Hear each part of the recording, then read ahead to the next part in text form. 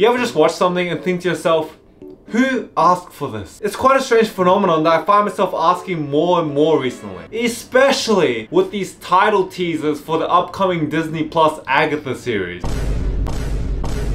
I'm just like, who cares? And I'm not trying to be rude, this show could actually be really damn good and I'm sure everyone involved in production tried to make the best show possible. But on the other hand, why are we getting this show? The show is based on Agatha Harkness, the main antagonist from WandaVision, which came out in early 2021.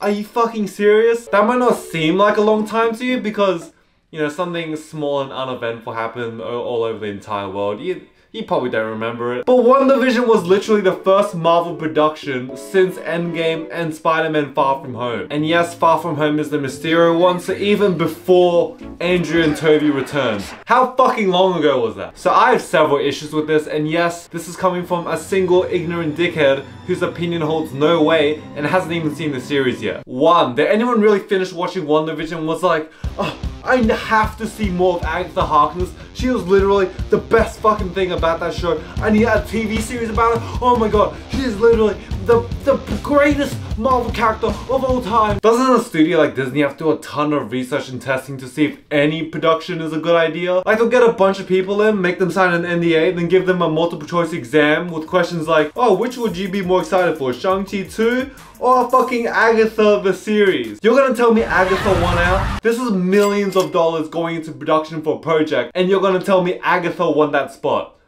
Really? Yeah.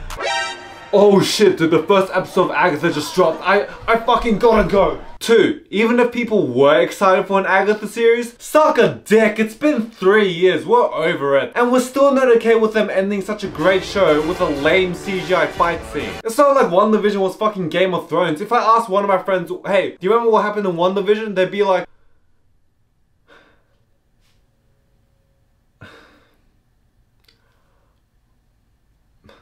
maybe they'll remember the song? I don't know. And it's not just Agatha, okay? There's a fucking Wonder Man show in production.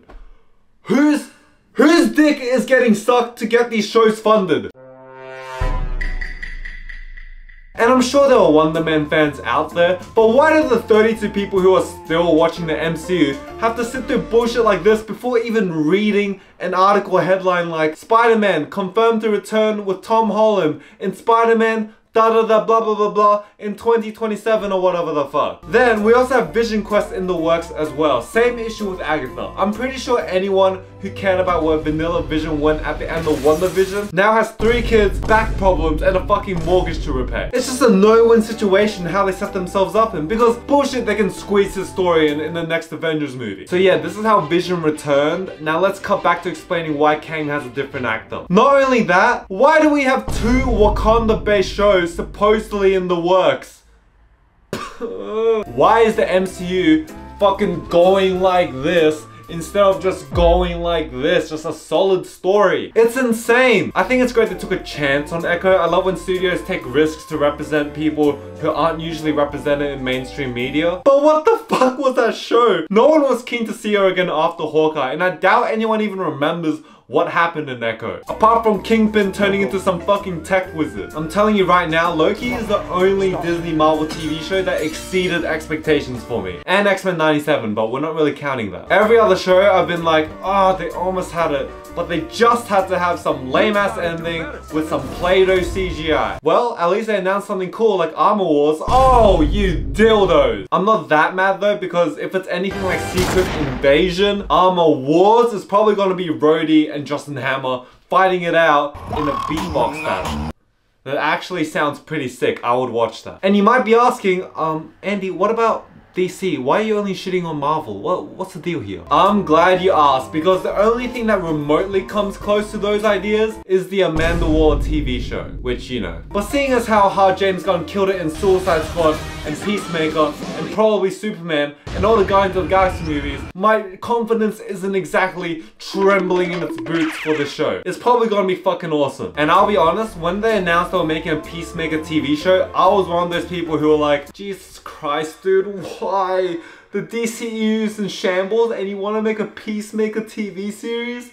Fucking why? I stand corrected. What a banger of a show that was. However, I do know that Disney announced plans to reduce the amount of content they put out and focus on quality instead, which I think is a step in the right direction because by the end of last year, I was convinced I was just being fed a slip and slide of horseshit from them. So yeah, man, it's not some diversity thing, it's not some superhero fatigue or anti-woke agenda or whatever the fuck. Just make good things. And yes, this is coming from someone who has never set foot in a movie studio boardroom in any meeting ever. So probably don't listen to me. Alright, that's what I have for this week. Follow me on Instagram, follow my second channel, follow me on Letterboxd, and check out my music. I'll see you next week.